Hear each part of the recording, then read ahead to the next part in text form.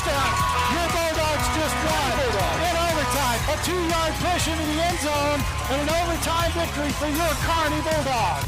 The Bulldog Radio Network proudly presents the Coach Minnick Show on KMO-TV and 102.7 FM, Kearney's hometown radio station. And now here's the hosts of the show, Mike Davis, Jim Dickerson, and Coach Logan Minnick.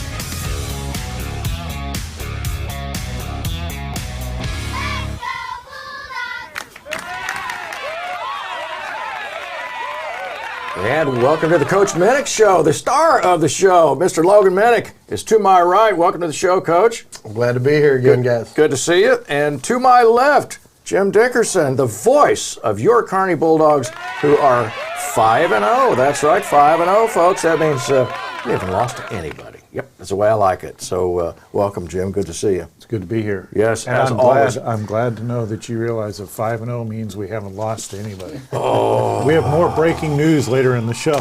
This is Jim being a wise guy, which never happens around here.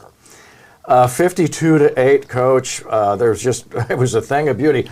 Let's see. I'm looking at the box score, and in the very first quarter, I see Kearney 0, Winnetonka 8. You and I spoke about that briefly after the game, and share with the audience what you did to straighten that thing out. We told our kids all week, we're going to get everybody's best shot, and obviously Tonka came out and gave us theirs. We come out, get a good stop, and then anytime you muff a punt, you're going to give the other team good field position, and then a couple plays later, it's 8-0. It's like, okay, boys, we better wake it up over here on the sideline. And really, we didn't make much adjustment other than just getting the kids refocused. I was really proud of how the kids handled that, adversity of, okay, Yes. we're in a ball game here. Yes. But they settled in and just started playing Kearney football, and things worked out. That was uncharacteristic, by the way, of Joe Marshall. 100%. I mean, that's a guy who has, I don't know how many balls he's caught back there, and never had a problem. And every once in a while, one gets away from you. Yep. So I hope Joe didn't lose any sleep over that. No, and we told Joe we've got full confidence in him. We throw him right back out there. He caught several others in the game, and we'll continue to catch him back there for us. Yep. But wow, great game overall. I don't know how many times Jim called. Was it DeJesus was the quarterback? And Ben Solom. Yeah, Ben Solom was the running back that. I have to apologize to Ben Solom and his whoever because I mispronounced his name. It is so simple, but I called him like 17 different things through the course of that game. I think I called him Solomon and Ben Salmon and you name it. So I worked on it, but it's Ben Solom. But he actually. That's a talented running Yes, it back. is. Yeah. And go ahead, Coach. We told our kids all week he's one of the better tailbacks we've seen through our first 5 weeks. He's big, he's physical, breaks a lot of tackles. Like there were several that we have it fit right, and it's at the line of scrimmage, and then it's like, holy man, it's 2nd and 6 when you played it correctly. So he is a big, strong kid and does a great job for him. Yeah, he was huge, and now I don't remember if he was junior or senior. I think he was a senior. Senior. So I would imagine there's some. He looks like he's got D1 written all over him. I would think. I'd imagine he's getting some looks for sure. Yes. One of the things, and I don't know if you were going to get to this, but what I was really impressed with. So the defense did a great job, I thought, of stringing him out. He could never cut the corner. And I know in the past, when we would face a runner like him, they'd get to the outside, make that cut, and they were gone down the sideline. But there were a number of times he ran side to side, and I don't think he gained a yard. Yeah, and we definitely practiced that all week of, especially those big bruising running backs, get them running sideways. Because especially not only does it stop some yardage, but it lets us run to the football, especially with us being a little bit speedy in the back end. Get that guy running sideways so we can get several bodies to him and get him on the ground. So I thought our defense leveraged that pretty well and did make it bounce a majority of the night. Yeah, no doubt about it. And we've talked about the containment speed, the ability to sort of squeeze the play in, the accordion style, as you say. Yep. And we saw a little bit of that happening the other night. I think we gave a lot of love to the offensive line the other night. I mean, it's easy to do when we're watching the scoring. But what about that defensive front four, those interior linemen, the guys up front? Yeah, our defense and really our front six box guys, we've got our 3 down linemen and really our 3 run-stopping linebackers we talk about. They've done a great job all year of, keeping people contained, because at times there's stuff where we play extra pass coverage and, kind of invite people to run it in there knowing, they may have a number advantage or equal numbers, and we expect our kids to make plays and get off blocks, and they've been doing a great job with that. Yeah, and I wish I could remember the number right off the top of my head, but I don't. In fact, when you mentioned the front box guys, there was a linebacker or 2 that looked terrific on short pass coverage, one of our linebackers. Right. And they were able to play, they looked more like a safety than they did a linebacker, because their pass coverage and the defense, I think they batted a ball away or something like that, but Yep. got right in the middle of the play, and you could tell there was just no way that they were going to throw anything short over, right there up close. Yeah, we gave Randall Freeland a bunch of grief about, I know he had one right in his hands. That might have been the one, yeah. Yeah, I'm thinking he had a few nightmares. Yes. Yeah, he's a great kid. We like to give him a bunch of crap about some of that stuff. But obviously, read the pass plays correctly. They did a great job when we would go to that zone coverage. Those linebackers getting in those windows. And I think we did tip several. And those guys have done a great job. Our defensive staff has done a great job because we're running a bunch of cover 2 defensively. And when you do that, those linebackers have got to play a bunch of that under coverage, and they've done a great job with it. Well, DeJesus had 54, a total of 54. He was the only one that attempted to throw a ball, so 54 yards of passing to Kearney's 126, and yards per pass, let's see, we were 5 of 11. Yards per pass, 25.2 yards. I mean, good heavens. And you guys just lit it up. I think we've talked about it several times of, when the run game's going well, that gives us great chances for the play-action game. And obviously we were running it well. We were even down to a 1 receiver set at times, so there was no safety in the middle of the field. So when we got play-action opportunities, Manny Lintham's pretty good one to take your shots to when you've got single coverage, and Casey and Manny definitely connected on a few of those for sure. I was going to say one of the things was that you guys this is different from a Kearney offense perspective, is the way you spread the ball around. Because I think I don't have the stats up, I know Mike does, but I think you had 6 guys that touched the ball running. Right. So you never know as a defender who's getting the ball, because you generally have 2 or 3 guys back there. Right. Yeah, we'd like to spread it around. Was blessed to come in and have, a stable of running backs and some very talented receivers, and obviously Casey's been playing well. So I think part of it is it makes you tougher to defend, but also you want to try to keep everybody happy as well. And again, I give our kids credit every week for being how unselfish they are, because in some other offenses that may be, whether it's Manny may be a 15-target kid, on a different team, or Cameron Emmons could carry it 25 times for somebody. Zach Grace is a kid that you could hand it to 40 times a game, and grind out games. So really proud of the way our kids handle that. They cheer each other on. They're so excited when somebody else scores a touchdown. They're loving them up. So you really like to see that, because they're buying into. We'd rather win than have, 250 individual yards and take a loss. Right. And this is where I think that becomes so critical. And Mike and I talked about this a little bit. So at the game Friday night, they had Winnetonka had 1 runner. Right. That's that Ben Solomon guy. So we always knew who was getting the ball. It was no secret. In fact, little behind the scenes thing, Mike and I were both actually trying to write something down. I don't know what we were doing, and they ran a play, and we weren't quite ready for it. And Mike glances up, and he goes, well, that's Ben Solomon with the carry. And I'm thinking, how do you know? You were because we were both over there trying to figure something out. But it was obvious. It's only going to the one guy. You, on the other hand, had all these different guys touching the ball, and you see you know, the lopsided score, now it's obviously for more reasons than just that, but how crucial is it? And it's interesting to look at the dynamic, one runner versus 6. Yeah, I think we just like to stay balanced, and we like to try to make you defend every inch of the field. You know, we're not just going to run right at you all the time. You know, we'll jet sweep you, we'll get in empty, we'll get in quads. Because, again, I think we've got, obviously, guys that are pretty electric with the football in their hands, and we have several. So that it kind of makes it fun as well offensively, because we can get really creative. We've definitely expanded the offense a little more than what I thought we would be in year one.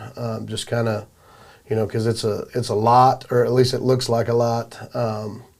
But our kids have picked it up, and again, when you have that much versatility, you've got guys that can not only line up in the backfield but line up at receiver. So it definitely makes us tough to defend or game plan for. Yeah, athletes all over the field. Yeah, so we had 227 yards of rushing, as Jim indicated.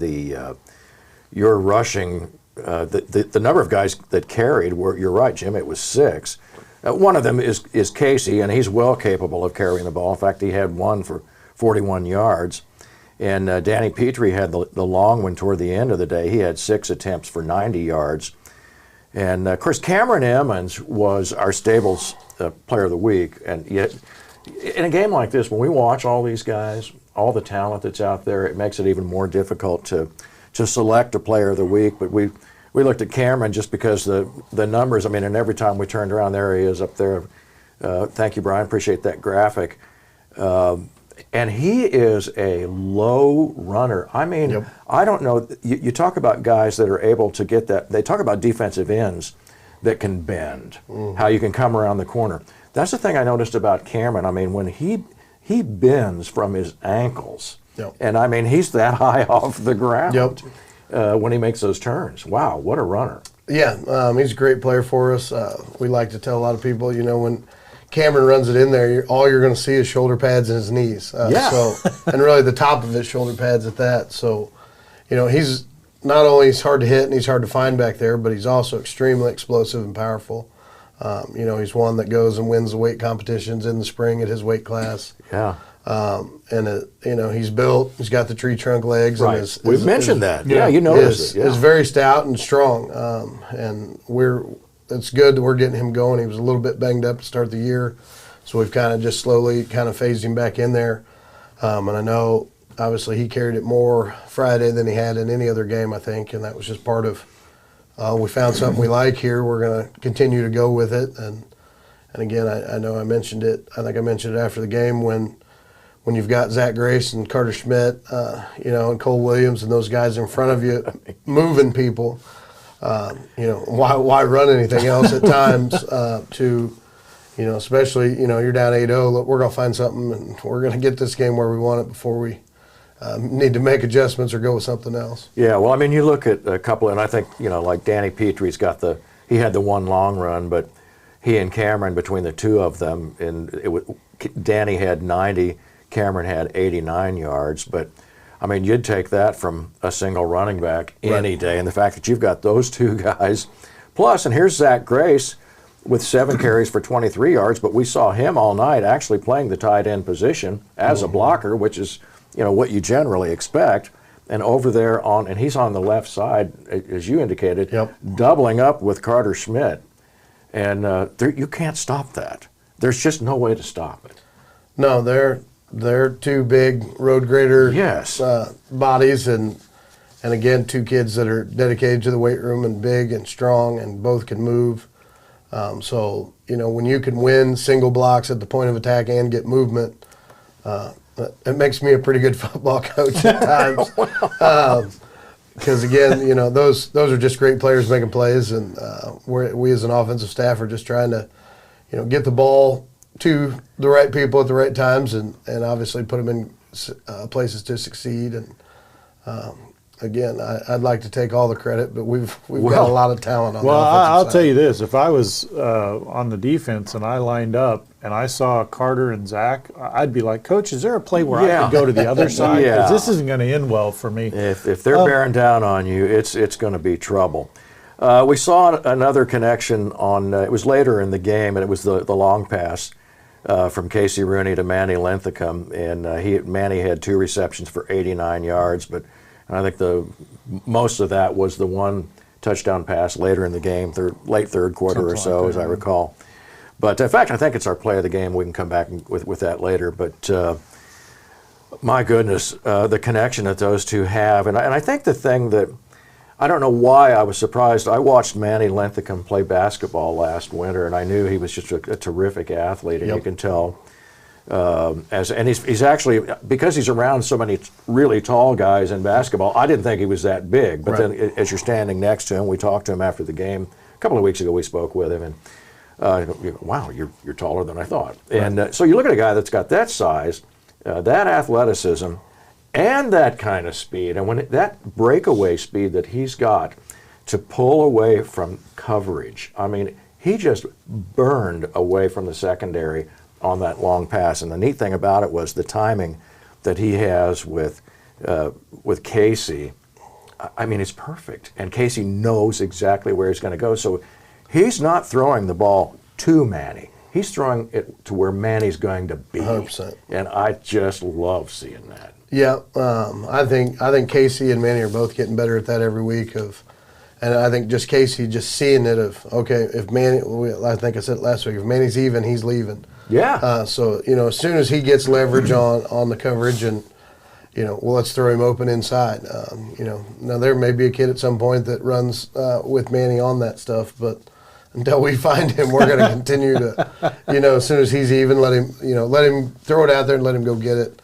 I know, like you said, the long touchdown pass, we looked at it as a coaching staff, and Casey threw that 53 yards in the air. Dropped it in a bucket. So he made a great throw there. Now, I got a little picky in the coaching and told him he should have thrown it 2 steps earlier, so it doesn't have to be 50 yards in the air, but made a heck of a play on that. Yeah, but it doesn't make the ESPN highlight reel if you throw it shorter. Yeah, that was clearly a highlight worthy connection. I mean, and I'm looking at the other receivers here. Cameron had one for 20 yards, Cameron Emmons, and then Zach Grace had one for 9 yards, and Danny Petrie one for 8. And you're just, again, I think you've got, these are receivers. Some of them are also just simple ball carriers, guys that you can hand off to them and they'll get you a bunch of yards.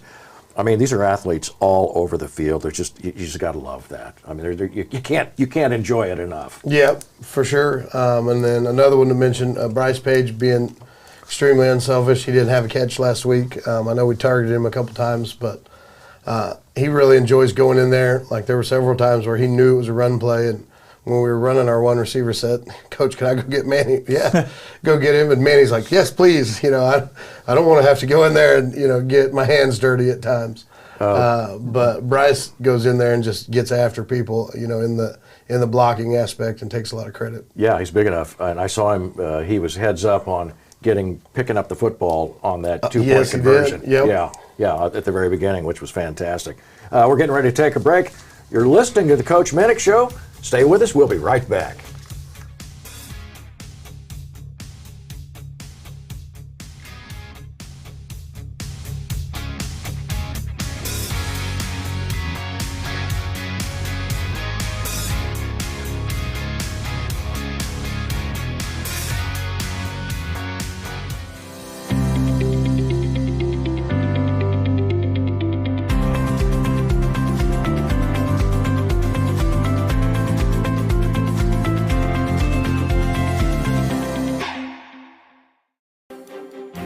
Today's business environment is more challenging than ever before. Exceeding customer expectations and staying ahead of the competition make dependable air travel essential to your business. The time-saving convenience of aircraft ownership is a more realistic solution than you might think. Imagine no lines, no waiting, and the ease of traveling on your own schedule. EquityJet is a full-service aviation management company. From aircraft acquisition, refurbishment, crew services, maintenance, and door-to-door travel service, EquityJet gets you where you're going quickly and comfortably. Find out how EquityJet can help streamline your jet travel needs. For more information, visit equityjet.net or call 816-804-7072. EquityJet. Travel is more than just getting there, it's how you get there.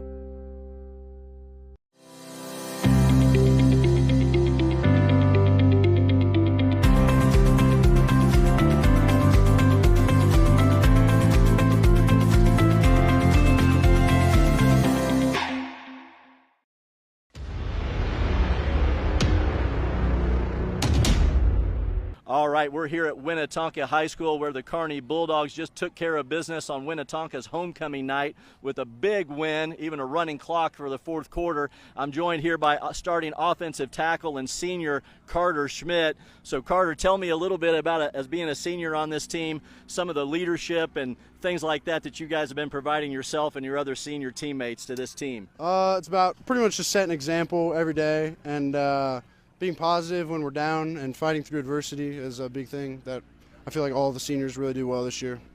Well, you guys have had a gauntlet schedule, so it's got to feel good to be 5-0 your senior year. Yes, sir. It does. Well, hey, we also wanted to ask you because we saw something tonight that coaches must have liked because we were running behind you a lot over there on that left side.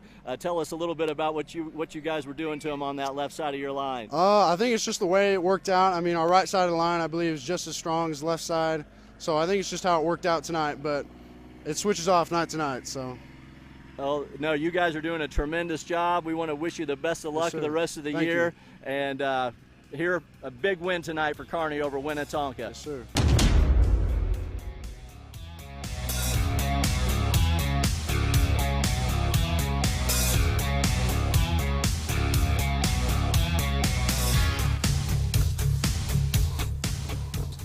And welcome back to the Coach Minnick Show. That was left tackle Carter Schmidt. And as many of you who were at the game or heard the game saw, that they ran a lot over that left side. And we talked about that during the game. Now, first of all, hats off again to the offensive line because Casey didn't get dirty and he didn't seem too rushed. Yeah, for sure. I think you guys said the play of the game is going to be one of those long passes. So make sure you look at the pocket on that play. I mean, Casey's just a statue there and has as much time as he wants to, put those balls where they want them. And again, I think we've talked about it every week. At some point, it's probably going to jinx us, but he still has not been sacked yet.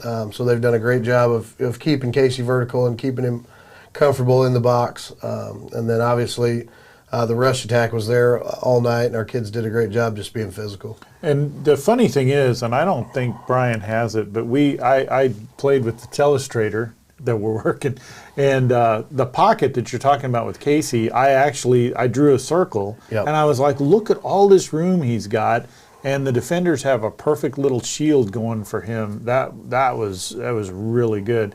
And yeah, we talked about it. I think Mike talked about it in the post-game interview, but you kept running off to the left side and did a great job of exploiting a gap on that left side. In fact, if you're watching the video, for those of you who are listening on the radio, you can't see it obviously, but that's another one off that. It's that same play over and over.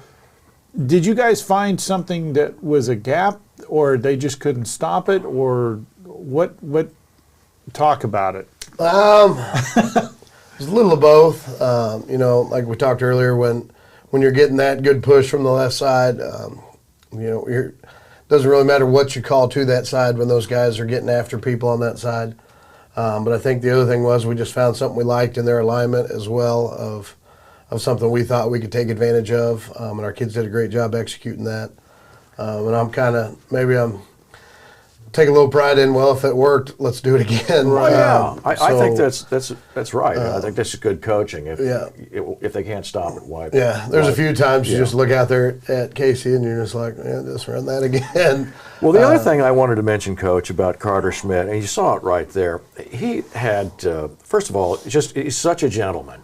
And and Casey's really not that short. I mean, Carter is actually that tall. Yeah, I mean, he's 6'6", 275.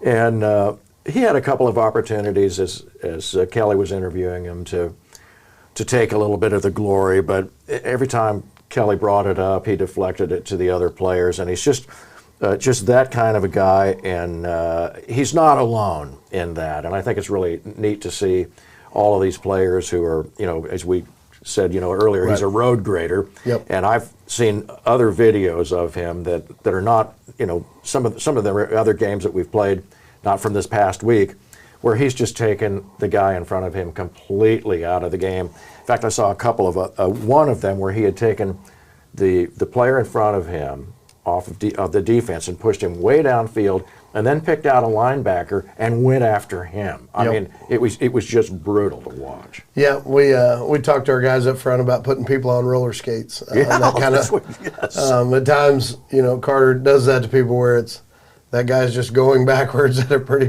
consistent speed. But again, there, as you talked about, he did a great job in his interview of, passing off the credit and giving credit to everybody. Yes. He's also, that's a reason, Carter was voted one of our captains as well. The players really respect him, and he's a great example for the kids under him as well. And I want to expand on that for just a minute, because you look at a lopsided score like this and you think, well, Winnetonka is just not that good. And they're probably, truth be told, they're kind of rebuilding, if high school rebuilds, but they've got a new coaching staff and they're trying to find out what some things that are going on. But there's a big part of, and what I wanted to expand upon, what you talked about was the players understand it's not about me getting the ball, it's the whole scheme. Right. And one of the things I've noticed is that your players are where they're supposed to be. We've talked about this before. They're where they're supposed to be, but when you put the whole thing together, it works. And a good example I'm going to use is the screen. When you guys run a screen for the first time in years, and I don't mean to be critical, but I'm going to be, it looks like a screen. Right. But there's a lot of times, especially at the high school level, when you try to run a screen and it looks like a bunch of guys just running in 19 different directions, because it's harder than it looks. Talk about what you guys do to make sure that they're running plays and they're where they're supposed to be and the play is run, because that's when it really works. Right. I think our kids do a great job, as well as my offensive assistants in film of showing the kids, here's the look we think we're going to get to this. And usually on, screen plays and some of those that you need guys in the right spots, it's usually not something we call in the first 3 or 4 plays. It's, let's find, are we getting the look we think we're going to get? And then just teaching it up front of, after you pass that, for a screen example, these are the 2 linebackers we think you 2 are going to get. So I don't think we overcoach it of you 2 run out there the hash and the running back will be behind you. It's more of find your bodies or find that body in your space and get on those guys. And I think screen game's good for us because you've got 4 other guys where the ball may go, and at times you lose the running back who's, the first 6 times we've ran a pass, it just steps up in the pass pro. And it helps us too of, that slows down some pass rush. We talked about, Casey not being sacked yet. Well, we do a lot of things as well to slow a pass rush down or, go sideline to sideline where pass rushers, are a little bit slower in some of our game as well. A couple of weeks ago, you had indicated that the guys in your secondary, you said most of them were, or a good number of them were 3.8 grade point averages. And just bouncing back to Carter Schmidt for a moment, we know he's had, I think Yale has been looking at him, if I'm not mistaken. It was one of the schools. And it's interesting to sort of compare that from a number of years ago, probably 20 or 30 years ago, offensive linemen were sort of thought of as these guys were that could just kind of stumble onto the field and they were just big and just got in the way. And so all the smart running backs and skill positions. Well, and it's completely the opposite. You see even in the NFL, but particularly here, and I see a guy like Carter Schmidt. These offensive linemen are the cerebral guys. These guys are the brainiacs. Yep. And they need to know a lot about the play. Even the centers got to know. And I assume your center's making calls out there from time to time. All these guys nowadays on that offensive line, I mean, almost to a person, they're really, really bright individuals. Oh yeah, I think our O-line GPA is probably 3.7, 3.8, combined over those 5 guys. And again, like you said, we give those guys some freedom to make calls up front, because again they are so smart that we see that backer coming, let's switch to pass pro here, and we give those guys the freedom to communicate that. And again, that's a big shout out to Coach Backus as well that works with our O-line of. Giving those kids the freedom to get us in the best thing possible, and that's definitely a shout out to those kids of understanding the game and understanding the little tweaks we can make within our own scheme to to get us in the right play or to get us in the right protection. So yeah, those kids are communicating. They've got code words that I don't even know what they mean at times. Red 7, Red 7. You know, what is yellow, white banana or whatever that is you just get? And they said, well, that's just the one thing for this. So, you know, that allows them to take some ownership in it. And they have fun with it, you know, as long as they're going to the right places. Sure. Well, so let's talk about, because we've talked about this before, but it's so fun to watch when they understand what's going on and they think through the process. So, and we've got video of this. So we'll go to Zach Grace for a second. And this was the ham package that everybody loves. And by the way, we were at Stables and didn't have a ham sandwich, but that's neither here nor there. But they ran the ham the other night more than once. But it was a short yardage situation, and everybody expects Zach Grace to just plow down low, and he went over the top. If you're watching on KMO-TV, let's see if we have this clip here. Just a second. Here it comes. And there goes Zach up and over the top. Oh, yeah, his legs are up in the air. So everybody went low, and he went high. So talk about this is... Once again, this is kind of knowing everybody's watched video of you do this for 5 weeks now. And everybody thinks, okay, well, here's what he's going to do. So Zach decides, let's go up over the top. I definitely didn't, anticipate him going up over the top. Give him credit for, putting his body on the line.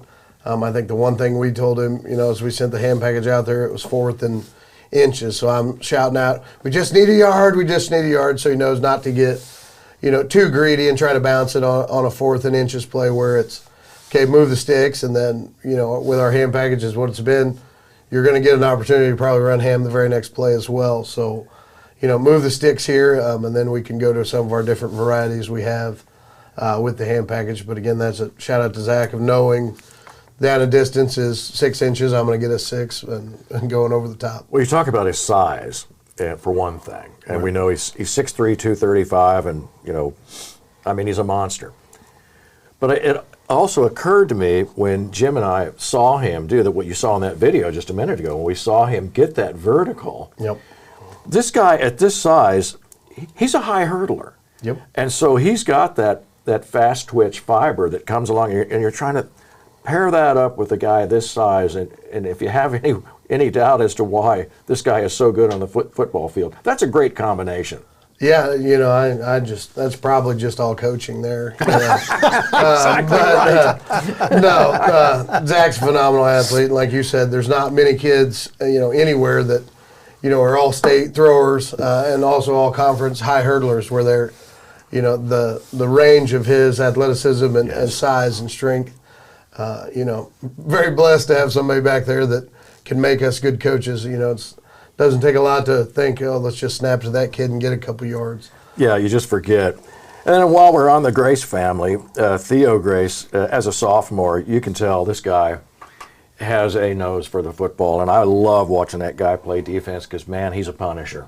Yeah, he is definitely one of our most physical linebackers. Takes a lot of pride in wanting to, thump people and get after people. And now those guys have formed this little brotherhood. Now they all have the 1980s, Chicago Bear neck roll things that just look hideous. Now they're not going to go do a rap song, are they? If we could find a way to get all the way down there and win one, I'd be all about the Bulldog Shuffle or whatever we would want to do with that. Like the Bulldog Shuffle. I like the sound of that. Yeah, that's something good right there. Can we go back for just a second, because I want to talk about, you mentioned it, and you were talking about Zach Grace and knowing, you always talk about knowing where the sticks are, knowing where you are in the game, and how important it is. And I think it's funny because your guys seem to have a very good understanding of that. And if you don't think it's important, watch the NFL. I'm sure everybody saw the Bills coordinator who had a temper tantrum up in the booth and destroyed his iPad and everything within 3 feet of him. But the reason he's upset is because his player didn't understand where he was in correlation with the game and how much time was left. Yes. And instead of just running out of bounds, he tried to make a cut and, in my opinion, tried to be the hero, and he blew it. But your guys seem to understand that. They have a really solid grasp of where they are in down and distance, time, the stage of the game? Yeah, and speaking of seeing that Bills offensive coordinator video as well, I'm still waiting to see. You break a vacuum, you get 4 weeks out. Oh, exactly. When you break a tablet on national TV, you think that would at least be a few games. So I'm still waiting, for the NFL. Probably not going to happen to figure that one out. But again, we definitely, and I think today's kids as well, they always want to know why they're doing what or. All that. So we definitely put them in game situations all the time, and they have to be cognizant of down and distance is a huge thing, especially in just high school football, of knowing, especially third down. Third down, what's the distance? Where are they trying to get here? Or second and short, they've got a two-way go here. They may take a shot. But that's definitely something, as any staff I'll ever be on, we'll take a lot of pride in of our kids knowing what you're probably going to get in what situations in the game. But you guys do such a phenomenal job of teaching what I call football IQ. Right. And it almost happened the other night. There was a kickoff, and the Winnetonka receiver was standing at the 1 foot line, and the ball was about to go over his head, and he reached up for it. I thought he touched it. Yep. But clearly, you've probably seen the video. Yeah, he did touch it. The high school's got a weird rule on that. If he doesn't actually possess it and it goes in the end zone, it's still a touchback. Oh. The court of Minnick has schooled me again. Yeah. Because my thought was, why would you even do that? Yeah. Right. It's going over your head, and you're standing at like the 1 yard line. Nothing good can come out of that. Yeah, I think a great example of that was 2 weeks ago. We talked to our kids about the really weird rule of if a kickoff is by the sideline, you can step 1 foot out of bounds and possess the football, and it counts as being out of bounds. Right. And Caden Harris did that. I think it was 2 weeks ago. Went over, put his foot out of bounds, and fielded it, and we get the ball at the 35. So little things like that. But the kids, you tell it to them once, and they're like dang sponges. And so we kind of executed something similar to that, just as far as knowing where I'm at on the field and what the situation is. But and I'm probably going to jinx the whole thing too, but this year I have not seen that I can recall one of your players make a strategic error in lack of knowledge. And I've seen that a lot, not only here, but in high school. But you see it in the NFL all the time. Yeah, you do. And I'm like, what are you doing? Yeah. That's lack of concentration, I think. and knowledge. Some guys simply don't seem to understand the rule pertaining to where they are and at any given time. Don't get me wrong. There's some obscure ones out there that everybody's like, I got to rethink this. But there's some basic things you're like, why would you do that? Right. And you guys do a great job teaching these kids how to do that. And they listen. Well, I like to think they listen. I don't know what goes on. Most of the time. But like you said, a good example was, I think on Casey's long run, we went on a little 2-minute drill right there before half with no timeouts, and he has a long run, and he could have, I think he got her down to the 15 or 10, but could have tried to cut back and try to get in, but very unselfishly just goes out of bounds there.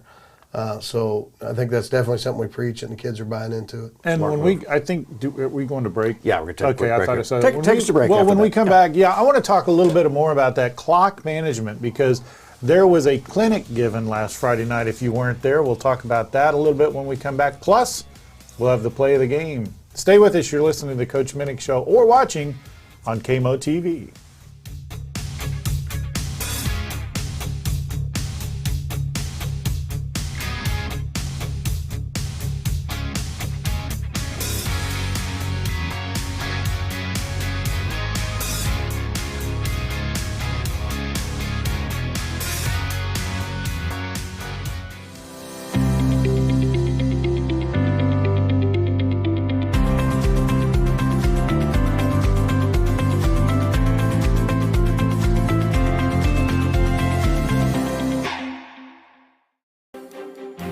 Today's business environment is more challenging than ever before.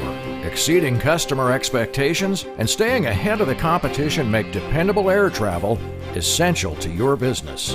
The time-saving convenience of aircraft ownership is a more realistic solution than you might think. Imagine No lines, no waiting, and the ease of traveling on your own schedule. EquityJet is a full-service aviation management company. From aircraft acquisition, refurbishment, crew services, maintenance, and door-to-door travel service, EquityJet gets you where you're going quickly and comfortably.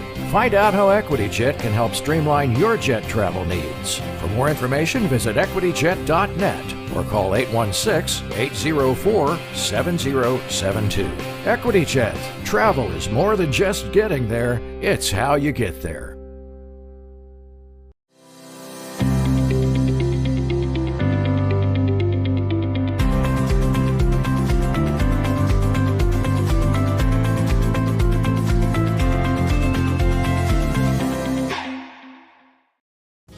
Migraine headaches, the throbbing in your temples, the pounding in your forehead, extreme sensitivity to light and sound, your neck feels so tight it could snap off. Oh, the debilitating pain. Hi, I'm Dr. Mark Strathman with Kearney Family Chiropractic Center, and I've been practicing chiropractic health in Kearney for over 22 years. When you come to see me, I identify what's wrong and determine if I can help you. If I can, I create your personalized plan for relief. When you have pain, you can make an appointment by calling 816-628-6738. Or you can visit the office at 301 South Platte Clay Way, Suite B in Kearney. Kearney Family Chiropractic Center. Heal yourself.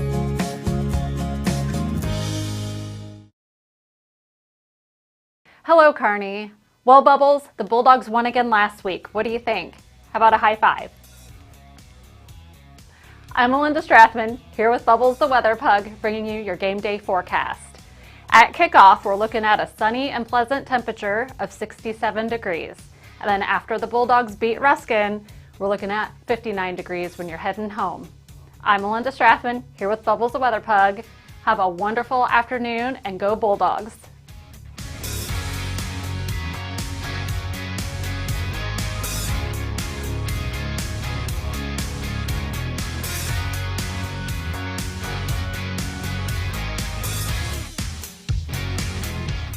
Oh, man.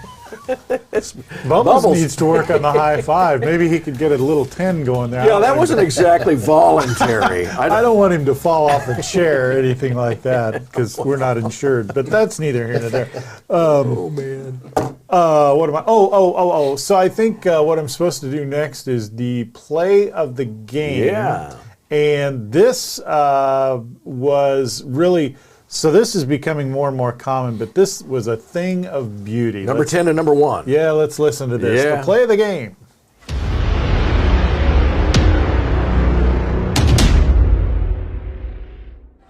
Rooney has one receiver split to the far side this time. He fakes the handoff, now rolls back. Looking down the middle, he's got a receiver. That's Winnetonka, touchdown! There it is. That's the connection, Jim, that we talked about all last week.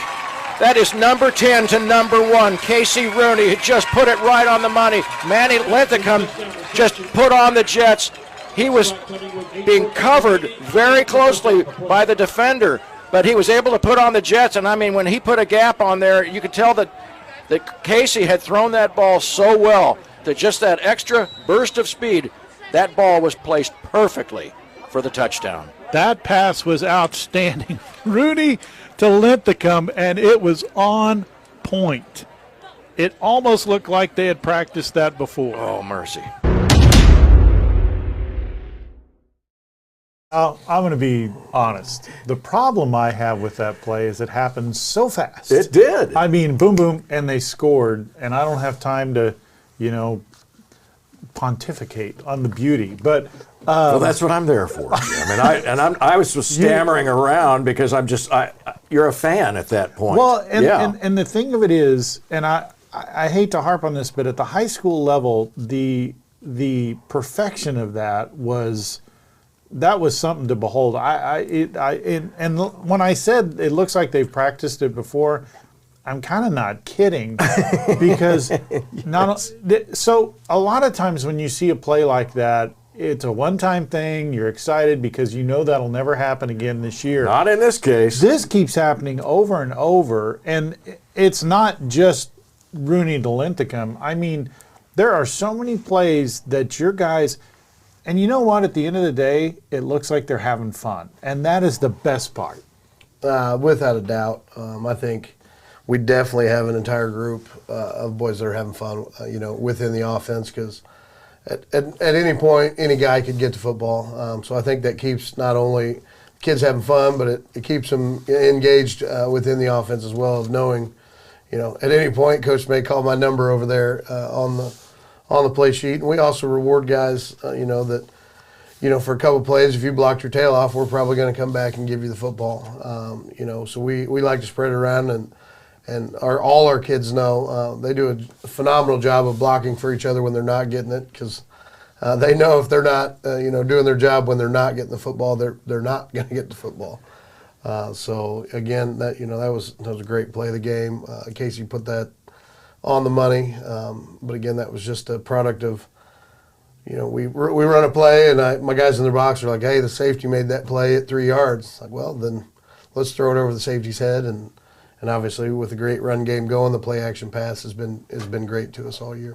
Yeah, well, and for the guys that are blocking, a pancake block downfield feels kind of good. I mean, that's fun to do, to just knock somebody. What do you say? Put them on roller skates. Yep. Yeah. Knock them out of the play. We also chart our pancake blocks, and the kids get helmet stickers for, for a certain amount of whatever cool. they get. They get the golden dog that goes on their helmets. So they're also, they like getting those stickers, especially the golden dog on their helmets. So I like that golden dog award. The other thing, so there's two sides to this game. So we've talked a lot about there was 52 points scored, but let's go to the other side. There was 8 points scored, and those were all on that very. So we got. I don't want to talk about the muff pump, but the defense held the offense to 3 and out, if I recall. Yep. Then you had the punt, and they scored.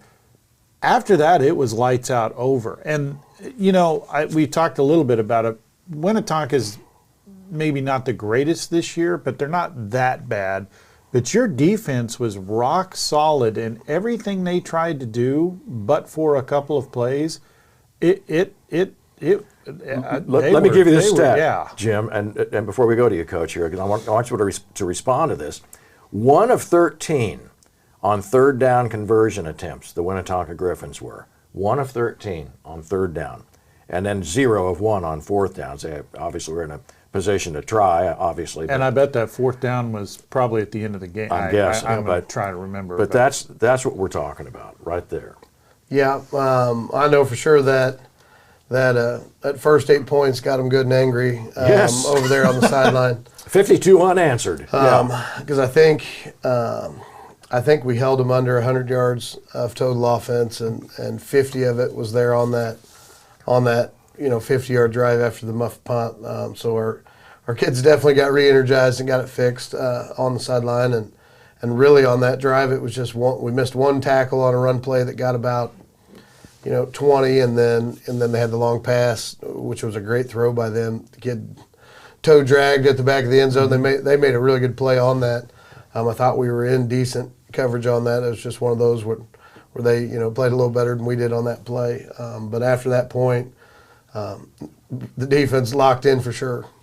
Wanted to just bounce back real quickly to Grant Jacobson. You indicated earlier, I knew the guy is money on extra points, and you indicated that he's 100%. Yep. He hasn't missed one. We're going to go ahead. And going to knock on the wood right here. So yeah. And not that it really affects the score, but they look solid. I mean, Yes. I've seen extra points, we all have, that look like a wounded duck. And it'll just sneak over the and you're crossbar. like, every time you're like, yes. But these are Right down the middle. I mean, he is so consistent. I mean, that's the holder too. Yeah, that's. Well, it's that whole. Yeah, that whole thing is. Yeah. Snap. We preach all the time. Snap, hold, kick. Snap, hold, kick. And Jackson Cook's the long snapper on there, and he's been pretty money all year. And then Casey Rooney's actually the holder on that, who does a great job of getting it down on that. And then we take a lot of pride in our special teams. Chris Daniels, our special teams coordinator, we call him the guru. He's out there at practice every day with the stopwatch. Because he knows if it's beyond 1.2 or whatever, that's got a good shot of getting blocked. So we really harp on that, and we treat special teams as a true third of the game. Yeah, it shows. I mean, you just like seeing it. And thank goodness we haven't had to worry about it too much if you miss an extra point. But we did have a game that we won by 1 point. Yep. And that was one of the important ones. That was against Smithville. And that means everything. I mean, that game has tons of meaning as the further into the season we go. Right. So I think when you look at a guy that you can count on like Grant Jacobson to just, I mean, punch it right down the middle every single time. It's just a great feeling. Well, and we talk about how important special teams is. Yeah. And I think it goes back to too, and this game is a prime example of what we talked about, the all phases thing. You guys are, you seem to be clicking on all cylinders. You don't, from where I sit, I don't see a phase where I'm like, oh, we're in trouble now because now we're going to have to rest on this. Right. I mean, talk about how much focus you guys put on just being strong in all aspects of the game. Yeah, there's a reason Coach Daniels calls them our special forces. When the special teams go out there, they can have an effect on the game one way or the other. And we take so much pride in it because there's going to be nights where maybe the defense is down a hair, and at that point the offense and special teams can go win you a ball game. Or there may even be a night where it's a really tough opponent and offense and defense is kind of one of those stalemates, and you make a huge play on special teams, and you can come away with a win. There's a lot of ways you can win football games. So if you're competing and being elite in all three phases, you're going to take care of business a lot. But being able to, if one does have an off night, having the other two, that are locked in and can get you through a tougher game. I'm sorry, Go ahead, Mike. Jim. I was going to say one thing that I don't know that we talk about enough that really is impressive is your secondary and the defense. Those guys seem to be, for all the teams we've played, and Smithville included, they're step for step with these guys. Yep. And always making plays. And very rarely, I'll say, with the penalty. Because a pass interference is really easy to do if you're not doing it right. But your guys are step for step, and they've batted down some big balls down there. Well, there were a couple of no calls last week that I think Winnetonka probably should have been, the flag should have been thrown. Right. But yes, our guys really, on the man-to-man tight coverage, wow. I mean, they're amazing. Yeah, we challenge our kids every week. I know in the past they didn't do a lot of, we call it up in your chili man coverage things. And, we've got great athletes. Let's get up there, take away the quick game and force teams when you get up there like that. Your automatic check is we're going to throw the fade ball or try to throw it vertical. And so our kids get a ton of reps at that during the week, and our kids execute that pretty well. And they'll definitely see a Ruskin team this week that's going to throw it around. They're a complete spread, and they've got a good quarterback that's going to throw it around. So our secondary is going to have to be locked in and have a good week this week as well. Yeah, thanks for the segue. We almost forgot to talk about Ruskin. we had so much fun talking about a big win last week against Winnetonka. But so Ruskin is an away game, obviously. Yep. And you gotta travel and be ready to play speed. So it's mainly a passing attack is what we're looking at then, right? Yeah, they do a good job running the ball. I think where they're most dangerous is really athletic quarterback that can beat you with his arm and his feet. And then they have speed at all the skill positions. So it'll be a good test for us for sure. I don't know that we've seen this much speed on the field as of this far. So our kids will be locked in for that for sure. Yeah, well, I think it's a good opportunity to put some of the all-state, all-conference track guys on the Kearney Bulldogs up against Ruskin and see, I think you might as well get your medal tested now. Right. And I think that's one of the things that is encouraging, particularly about this game, is that we do have some speed on the opposing side. We're not like we didn't last week, but I like hearing that it gives them an opportunity to really play against somebody that if you're not doing your job, they'll get to you. Right. Yeah, they can score in a hurry if you're out leveraged or if you're not keeping people in front of you.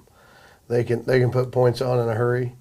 I think the big thing we've preached to our kids all week, especially our seniors, they have an opportunity if we can win this week to have 6 wins, which will be that would guarantee the first winning season, in their career in their 4 years. Oh, goodness. Wow. Being here. So, obviously we have higher intentions and higher goals than just a winning season, but that was something we talked about in the offseason of being a first big step of, getting this Kearney program back to winning more games than we're losing.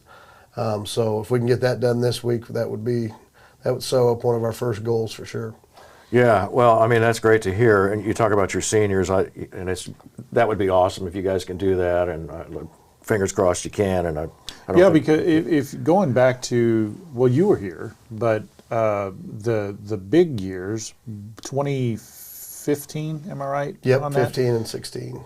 And so most of these kids were, 9 years old at the time or something like that? I was my understanding there would be no math. don't get nervous, Coach. But sorry to throw a math problem at you. A lot of these kids, because when you get old like Mike and I, everything blends together. But a lot of these kids, they were probably playing football, but really not paying attention or not enough to correlate what was really going on. Right. This is a new era for them.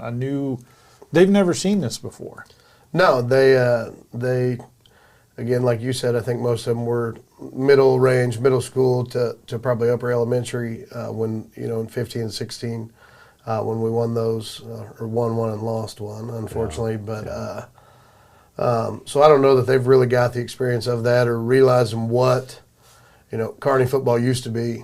When anyone in the city or in the Northland would mention Kearney football, so, oh man, that's Kearney, and that's that's somebody that's going to be a blue blood of Northland football. So I'm really excited for them. That hopefully, if we can continue to have success, that they can take some pride in. We were the guys that got this turned around and put Kearney back where we need to be. Well, that's great to hear. And as I look at the roster here and I see the number of juniors that are playing so well, it's just encouraging to see that, yes, that this could be, again, the beginning of another dynasty that you just love to see. Yeah, we're really hoping so. I know like our 8th grade program right now is undefeated at the A level and beating some much bigger schools, including Liberty and Platte County. They beat Smithville. We always like beating those guys. They're 3-0. I think our freshman team lost one game, which was to a Class 6 school. And then our JV, I think, has won 3 or 4 straight now as well. So just starting to breed that culture. And I think we talked about this way early on is we had to change hoping to win into expecting to. And I think we're starting to get that throughout the entire program. Man, that's great to hear. Well, thank you, Coach, for being with us again this week. We will not be broadcasting the Ruskin game. I don't know if we will have somebody out there to report scores for us or not. Do you know, Jim, at this point? I'm unaware. I think it was last year that Cale Conway's dad was broadcasting the game. Yeah, through his telephone. They had it set up somehow that he was able to actually do a play-by-play, and he did a pretty good job of it. So maybe we should hire him. Well, I said, you could do this anytime you like. So anyway, don't forget, and I don't think you'll miss it, but the game is away at Ruskin tomorrow night, and we'll be back with, I'm looking too far ahead now. I'm not even sure who we play after that. But in any case, thanks for being with us this week. We'll be back next Thursday at 11:30 with the Coach Minnick Show. Thanks for being with us.